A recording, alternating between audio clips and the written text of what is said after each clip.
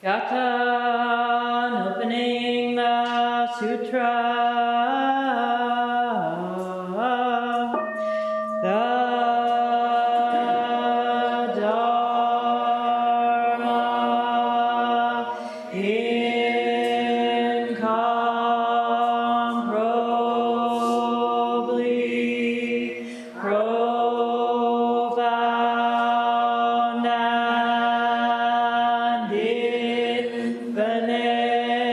infinitely subtle is rarely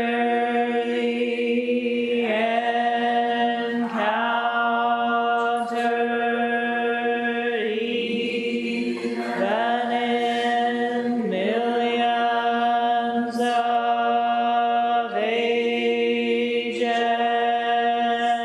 Now we see it, hear it, receive and maintain it. May we completely realize the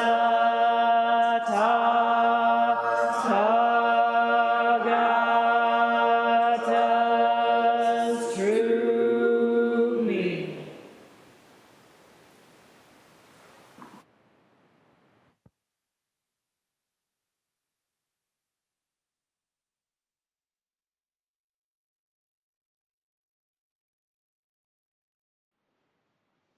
Good afternoon, everyone.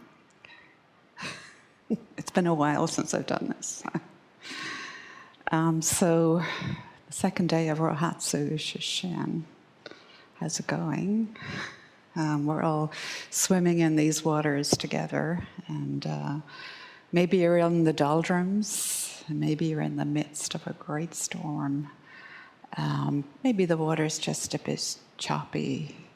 Maybe you're floating down the lazy river at Cedar Point on a lovely summer Sunday afternoon. However the weather is in your neck of the woods, it's lovely to see you and it's lovely to practice with you. So this is our second Rohatsu in the new building. Yes, our second. Our third? It's our third Rohatsu. Wrong already. It's our third Rohatsu in the new building. And as you have probably noticed, the Sangha is going very broad, and it's also going very deep. Because, of course, if you get that broadness without the depth, the center just will not hold. And where we do the deep work is in Shokin. Every place on the mandala is perfect and complete, and where we do the deep work is here in Shokin. And that's your commitment to the Sangha, your commitment to the teachers, and most importantly, it's your commitment to yourself, because this is your life, the only one you will have in this body. So are we willing to take it up? And it's a big commitment. I mean, even just 14 days of Sesshin a year in the midst of the myriad other commitments we all have in our lives is significant. So why do we do this? Why do we put ourselves through this? So let's look at that a little bit. Oh, and I should say, too, we didn't have Shokin in this community until 2015. So 8 years we've had Shokin. And honestly, it was the most formative and important structural part of the mandala that we really instituted, because it really holds the mandala with that deep work that we all do. There's a few of us in the rooms, we say, Daijin, who were at that 2015. I guess we could call it a Rohatsu Sesshin. We had one member, Muge, who called it the Zen sweatshop, where we sewed our robes. Did we do it in one evening? Almost in one evening. I know I was sitting on the sofa with Sister at 2 o'clock in the morning, sewing armholes. So it was, you guys have it so easy, really.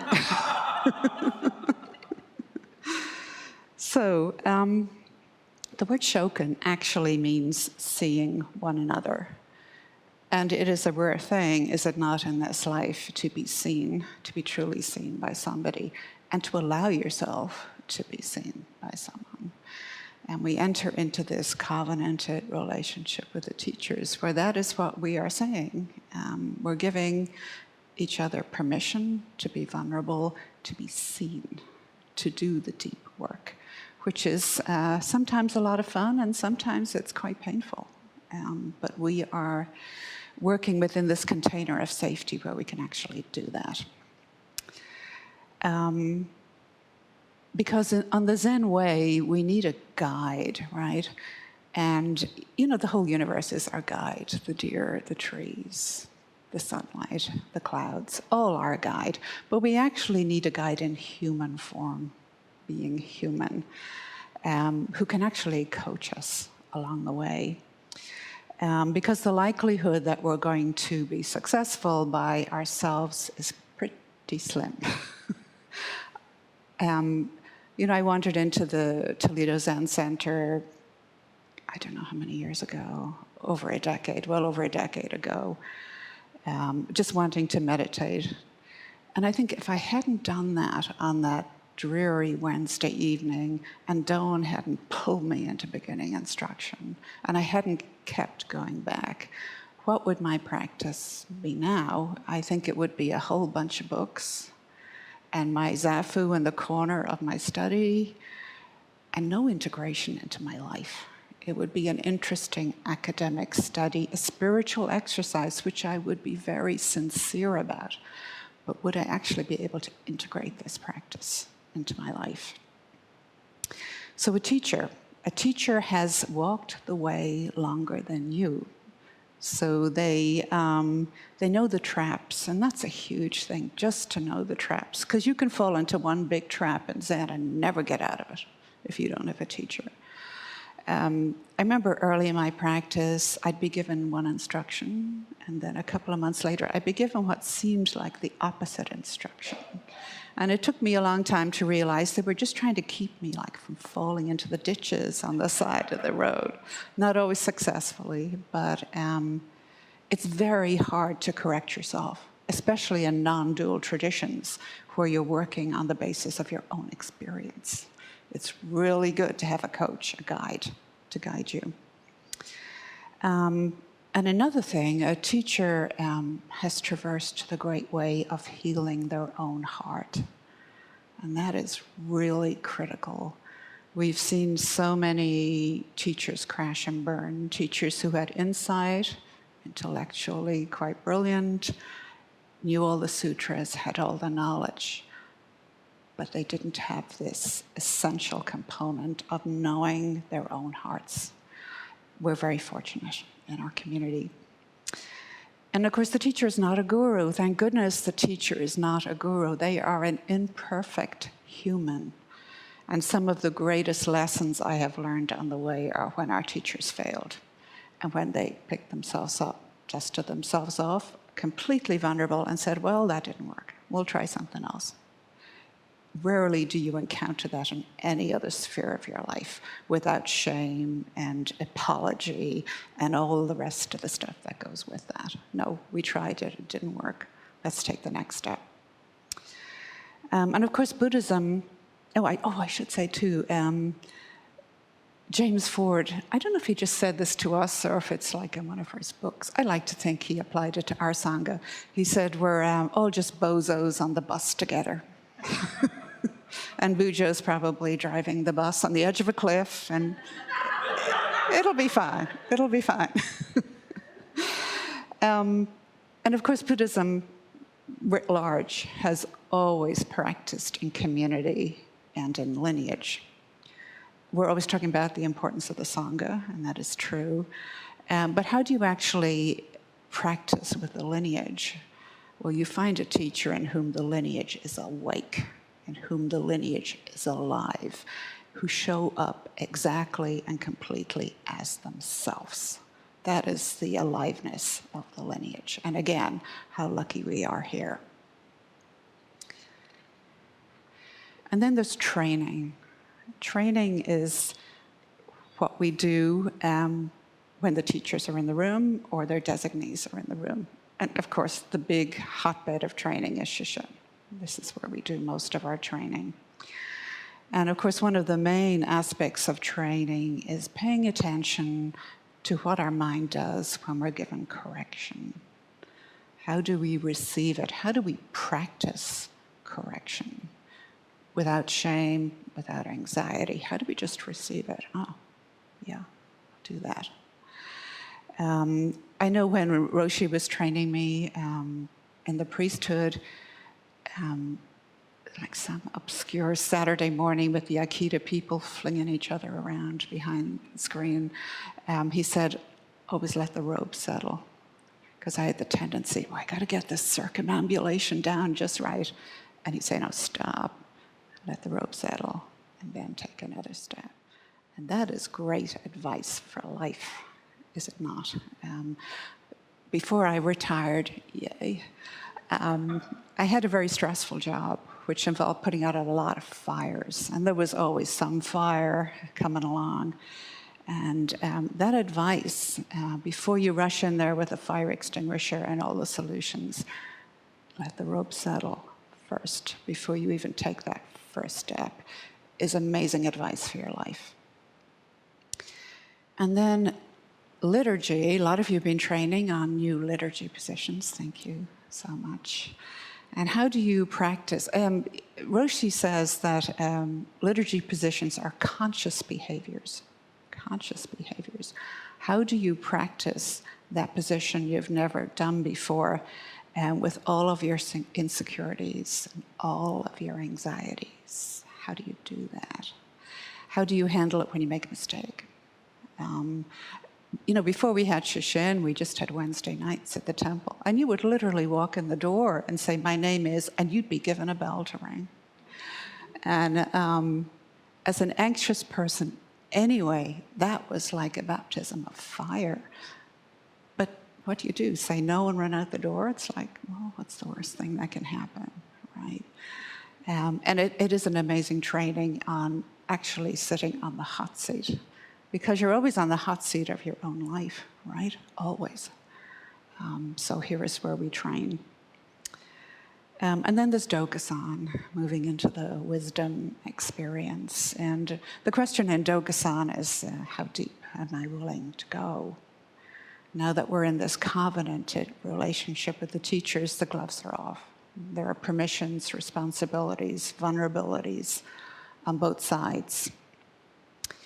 I think Roshi yesterday told that case from the Blue Cliff about the chick and the hen, the student being the chick inside the egg and the teacher on the outside, and the chick starts to tap on the egg. And the teacher has to know exactly the right time to tap from the outside or disaster will ensue, right? But you, as the student, have to make that initial move. You actually have to show your heart and mind to the teacher, or that tapping is never going to start. So great responsibility. And it's, you are vulnerable. The koan is completely impersonal. It's like gravity. It just applies. It doesn't matter whether you like it or not, believe in it or not, it just applies.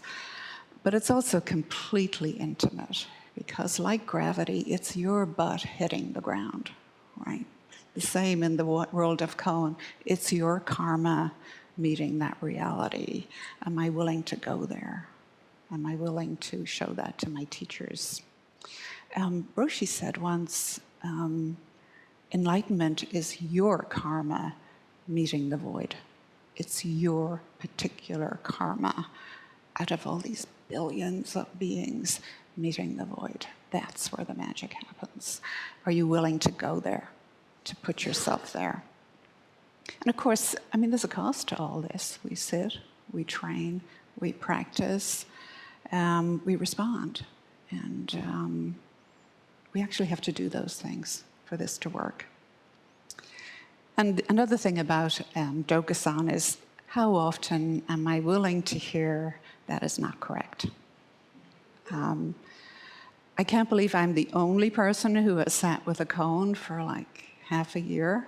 And every single time, I am so sure I have it down this time, and you run out. So yes, you have to stay with it. Great patience is required. And, it's a great training in working with flexibility of mind. That first step on the Eightfold Path, right view, no fixed view. That's what you're practicing in the Dokusan room. That's what you're practicing when you respond to the teacher. And that's what you're practicing when you're wrung out. So it's the first noble step right there.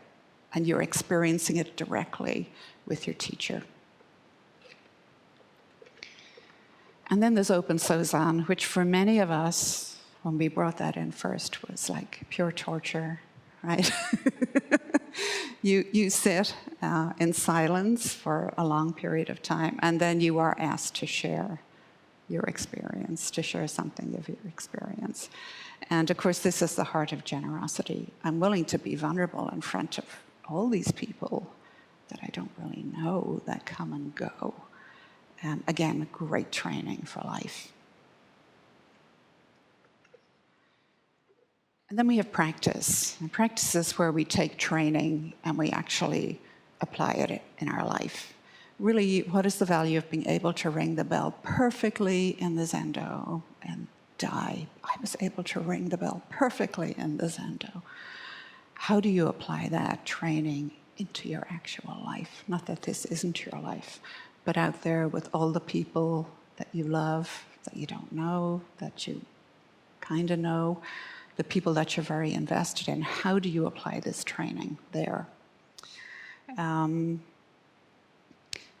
So I resisted training a lot. And, I could say to myself, I wasted a lot of time in that resistance. Or I could say to myself, I spent a lot of time getting to know myself. And both of those things are true. As in Zen, they're both true, right? And how do we practice? How do we actually practice? We touch the very center of each moment, and then we let it go. And we do this over and over and over and over again, each moment. And as we do this very gradually, you start to realize yourself without even really knowing that this is happening. Like Suzuki Roshi used to say, it's like walking through the fog and suddenly you're wet. And how did that happen? And eventually that mud that was covering up the gold is washed away. And there you are, perfect, complete, lacking nothing. So we train in letting go of the commentary of our experience and the self-criticism of our experience, and just practicing the felt sense of each moment and then letting it go, traceless. And we lean into our experience, painful as that sometimes may be. We lean in and we relax. We let go, we relax into that experience. And gradually, but of course the first thing you learn when you walk through the doors of the temple is Zazen, a profound practice in equanimity. You are building up this hara, this one point, from the moment you walk in here. So you actually have the equanimity when that wave comes in to actually keep your feet. Maybe sometimes you can't keep your feet. That's fine. You get up a little more smoothly and gracefully than you did the last time, right? And of course, we become intimate with our obstacles, our so-called obstacles. So and we develop kinship. Rather than resisting our obstacles and judging them, we actually develop kinship with them. So how do we use our obstacles? Well, there's only two ways, really. They can be the path to enlightenment, or they can be the path to suffering. It's your choice. Because we're very good at giving rise to vexations and irritations in our life, are we not? They are a wonderful defense mechanism. They're really a comfort zone.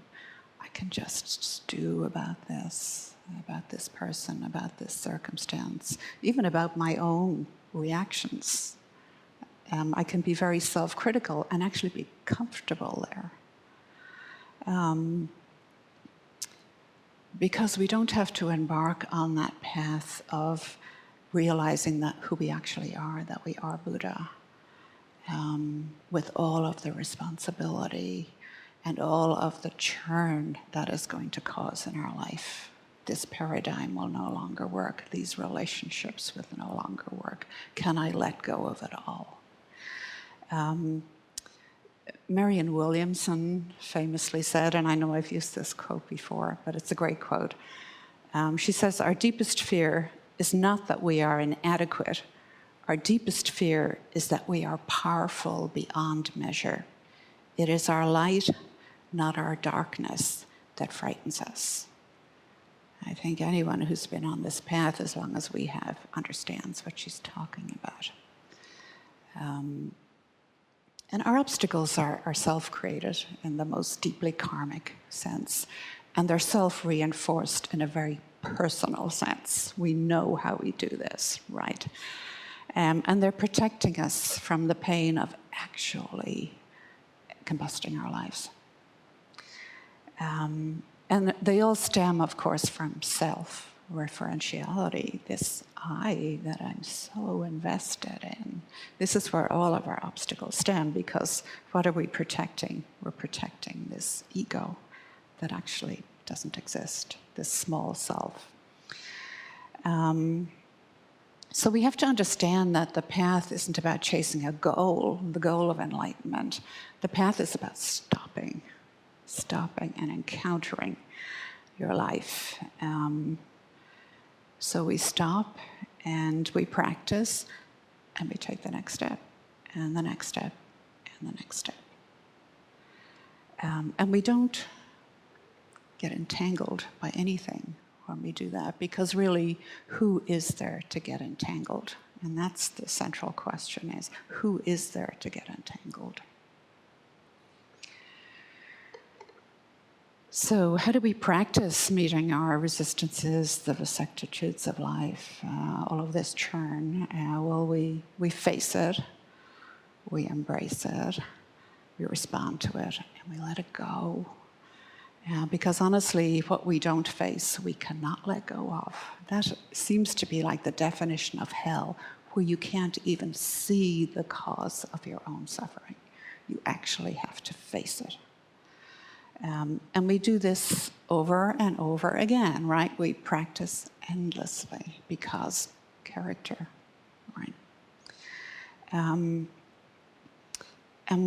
all we have to do is let go of this small ego, this fictitious I that we think is at the center of our experience.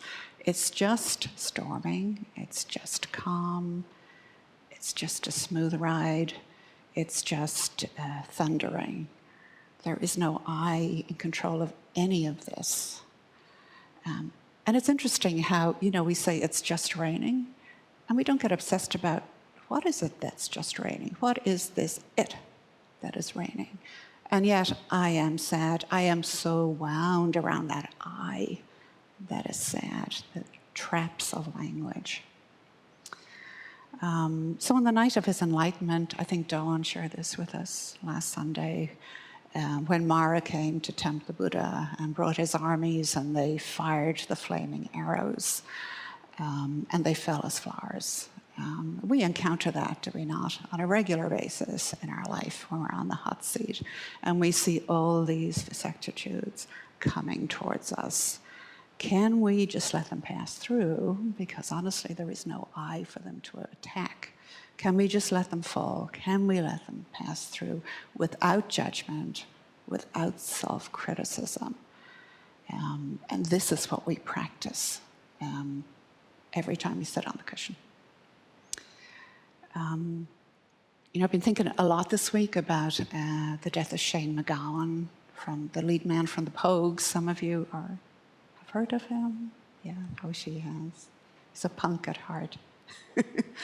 And not long ago, the death of Sinead O'Connor, two like giants on the Irish musical scene. And I always thought of them as the young generation of musicians. Shane MacGowan was actually the same age as I am.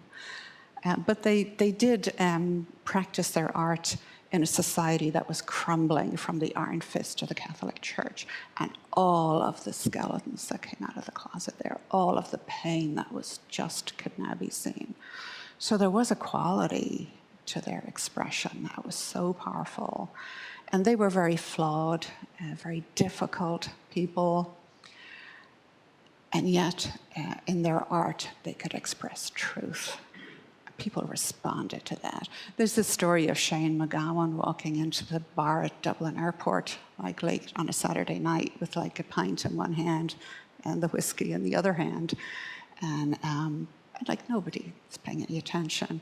And he sings the verse of this, actually it's an Australian song, the band played Waltzing Matilda. It's an anti-war song.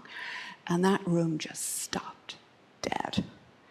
And if you can actually make a bar in Dublin on a Saturday night stop dead, you have something. You have something that's real. And both of those remind me of, what's that Crazy Diamond song? I'm sure Hoshi knows it. Led Zeppelin. Remember when you were young, you shone like the sun. Shine on, you crazy diamond. And there's a line there, shine on, you raver, you seer of visions. Shine on, you painter, you piper, you prisoner. I've forgotten the end. Shine. Oh, come on, you painter, you piper, you prisoner, and shine. And that's what we do, right? We shine. But how do we shine without burning? And we don't.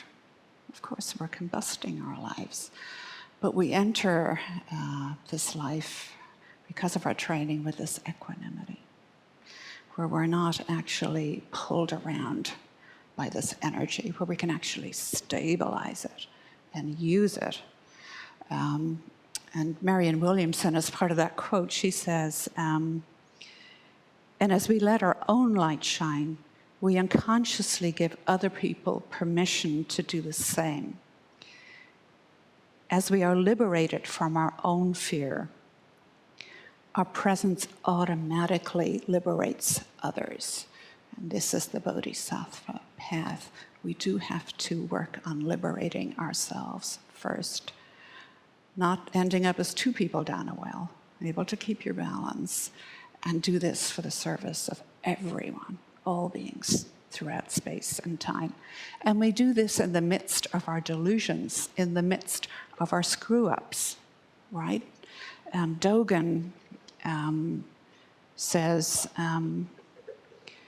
those who have great realization of delusion are Buddhas.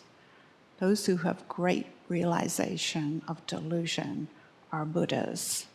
Those who are greatly deluded about realization are sentient beings. So we're not practicing self-improvement. We are not trying to get rid of anything. We are perfect and complete just as we are. What we are doing is seeing into those delusions as empty and practicing them. What have I learned after, 8 years of Shokin? Well, the most obvious thing is the robe is not a status. It's not a marker of status. It's a marker of service. And the closer you get to the center of the mandala, the more you realize that. So let your ego at the door, and if you are really fortunate, it will not be there on your way out. Another thing you realize, and Roshi says this a lot, when you bow to the universe bows back. And most frequently, not in the way you had anticipated or might have liked, but the universe does meet you and meets you fully. And when awakening becomes primary in your life, what does it look like? It looks like, getting the kids to school, and sitting in that meeting and dealing with that difficult coworker and having that difficult conversation with your spouse. This is practice. This is practicing the Dharma in your life. And to do this, the impetus, the commitment of Shokin is to show your true heart mind, to practice your true heart mind, to be vulnerable. And the only way you can't do this is not to be a Shokin student, is to wear the robe and not be a Shokin student. And that is possible. So, as I said, this commitment is to your teachers, to your Sangha, and most of all, to yourself. So let's take it up.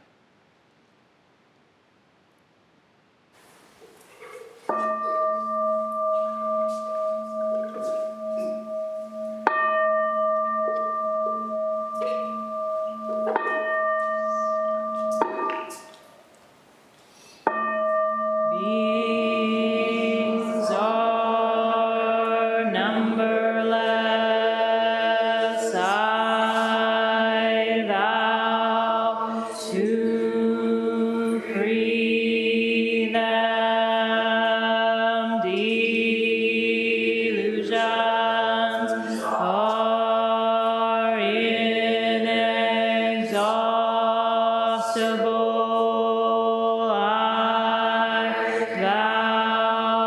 To end them, Dharma gates are boundless. I vow to enter them. The Buddha way is unsurpassable. I vow to embody it.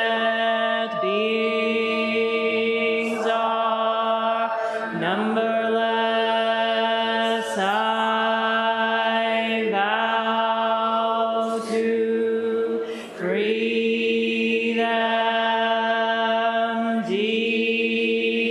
Delusions are inexhaustible. I vow to end them. Dharma gates are boundless.